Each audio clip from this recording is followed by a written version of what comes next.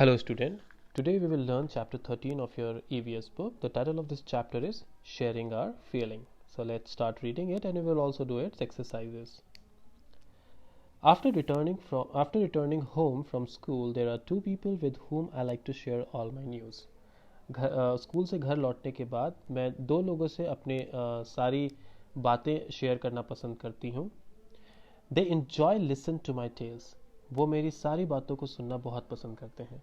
The first person is my नानी. पहले व्यक्ति जो है वो मेरी नानी है. She is always anxious to listen to me. वो हमेशा उत्साहित रहती हैं मुझे सुनने के लिए.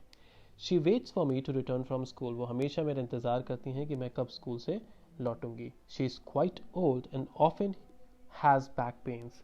वो काफ़ी बूढ़ी हैं और उनके कमर में भी काफ़ी दर्द रहता है. She cannot see or hear well. वो साफ साफ देख नहीं सकती और अच्छे से सुन भी नहीं सकती हैं. Every day in the morning, Papa reads the newspaper aloud to her. हर सुबह पापा उनके लिए ज़ोर ज़ोर से अखबार को पढ़ते हैं.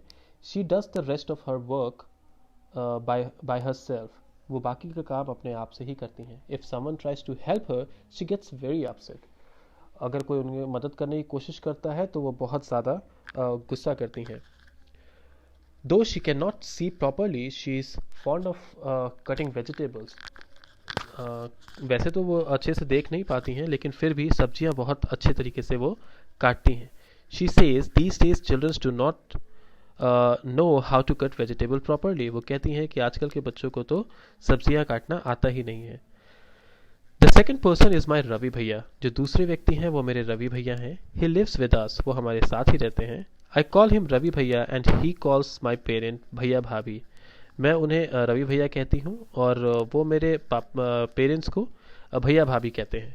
I do not know what our relationship is, but he is a very loving brother. मुझे नहीं पता कि हमारा क्या रिश्ता है लेकिन वो मेरे बहुत ही प्रिय भाई हैं. He is always ready to answer my question. वो हमेशा तैयार रहते हैं मेरे क्वेश्चंस को आंसर करने के लिए. He never says I will tell you later. वो कभी नहीं कहते हैं मैं तुम्हें बाद में बताऊंगा. रवि भैया टीचर्स इन अ कॉलेज. वो रवि भैया जो है वो कॉलेज में पढ़ाते हैं. The students of the college respect him a lot. जो स्कूल के जो कॉलेज के विद्यार्थी हैं वो उनका बहुत ही आदर करते हैं. A few of them come home to study from him. उनमें से कुछ जो है वो घर पे भी आते हैं उनसे घर पे पढ़ने के लिए. रवि भैया is very fond of listening to music and taking part in a play. Ravi भैया को संगीत सुनना बहुत पसंद है और नाटक में पार्टिसिपेट करना भी बहुत ज़्यादा पसंद है. ही enjoys chatting with his friends and going out with them. उन्हें अपने दोस्तों से बात करना और उनके साथ बाहर जाना बहुत अच्छा लगता है. He has a good sense of humor and makes all of us laugh. उनका सेंस ऑफ ह्यूमर काफ़ी अच्छा है और वो सबको हंसाते रहते हैं. भैया carries a white stick when he goes out. भैया एक सफ़ेद छड़ी रखते हैं जब वो बाहर जाते हैं. Looking at him moving around in the house no one can say that he cannot see. उनको देख करके जैसे वो घर में रहते हैं या फिर बाहर जाते हैं कोई कह नहीं सकता कि वो उन्हें दिखाई नहीं देता. He likes to do all his work by himself. वो सारा काम अपने आप से ही करते हैं. If someone tries to help him against his wish he gets angry. अगर कोई उन्हें मदद करने की कोशिश करता है तो उन्हें गुस्सा आता है. Whenever he needs any help, he asks for it. जब उन्हें मदद की ज़रूरत होती है तो वो खुद ही बोलते हैं. Some of Bhaiya's students take books from him and return them after recording them on a tapes. भैया के कुछ स्टूडेंट आते हैं उनसे किताब लेने के लिए और उन्हें वापस करते हैं जब वो रिकॉर्ड कर लेते हैं. रवि भैया listens to these tapes. Ravi भैया जो है वो इन सारे टेप्स को सुनते हैं. भैया has many other books too. भैया के पास बहुत सी और भी किताबें हैं. The pages of these books are thick and have rows of raised point. These he reads by running his finger on the raised dot. भैया के पास बहुत सारी किताबें हैं और इन किताबों में जो लाइनें हैं उनमें जो डॉट्स बने हुए हैं वो उभरे हुए डॉट्स बने हुए हैं जिनको वो छू करके पढ़ लेते हैं.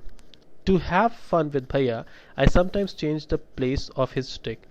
भैया के साथ मजाक करने के लिए मैं कभी कभी उनकी छड़ी की जगह बदल देती हूँ. He does get upset but never gets angry. वो नाराज़ होते हैं लेकिन गुस्सा नहीं करते. After all, I am his favorite sister, सीमा. बस क्यों ना करें मैं उनकी सबसे फेवरेट सिस्टर हूँ. मेरा नाम सीमा है. I had hardly reached the door that भैया spoke up. Seema, you seems to be very happy today. मैं अभी घर पहुंच ही रही थी, मैं दरवाजे तक पहुंची थी कि भैया ने बोला कि सीमा आज तुम बहुत खुश दिख रही हो। भैया recognises not only me but all the other family members from the sound we make as we move. भैया हम सबको पहचान लेते हैं, और सारे, सिर्फ मुझे ही नहीं, हमारे सारे फैमिली मेम्बर को भी, सिर्फ हमारी आवाज़ से। He can even tell whether I am happy और सैड। वो बल्कि ये भी बता सकते हैं कि मैं खुश हूँ या दुखी हूँ। भैया finally I am in the football team. भैया मैं आखिरकार फुटबॉल टीम में सेलेक्ट हो गई हूँ। I shared my news with him. मैं ये खबर उनको बता रही थी। He patted me and said lovingly from today you are my football coach. वो उन्होंने मेरी पीठ को थपथपाया और बोले कि आज से तुम मेरी फुटबॉल कोच होगी। Let's do some exercises. Seema's father reads the newspaper aloud to her nani. How do you help old people. Seema के पापा जो है वो उसकी नानी को अखबार पढ़ के सुनाते थे, तुम अपने घर के बूढ़े बुजुर्गों के साथ कैसे हेल्प करते हो। So you can write in the answer that I help my grandmother in remembering to take her medicine. मैं अपनी दादी को या नानी को उनकी दवाई लेने में मदद करती हूँ। What kind of problems do people have in old age. किस प्रकार की प्रॉब्लम्स बूढ़े लोगों को होती है उनकी बुजुर्ग अवस्था में। तो आप लिख सकते हैं pain in bones, hearing problem, lack of good eyesight. How does Ravi bhaiya come to know so many things without seeing. कैसे रवि भैया को सब कुछ पता होता था बिना देखे। रवि भैया comes to know so many things without seeing because he has good hearing skill. Have you ever needed a stick when. So you can write answer yes to pluck fruits from the tree. हाँ मुझे छड़ी की जरूरत पड़ी थी फलों को पेड़ से तोड़ने के लिए। Can you think when you may need a stick. क्या आप सोच सकते हैं कि आपको कब कब छड़ी की जरूरत पड़ सकती है। तो आप लिख सकते हैं टू क्लाइंब ट्री, रॉक और माउंटेन।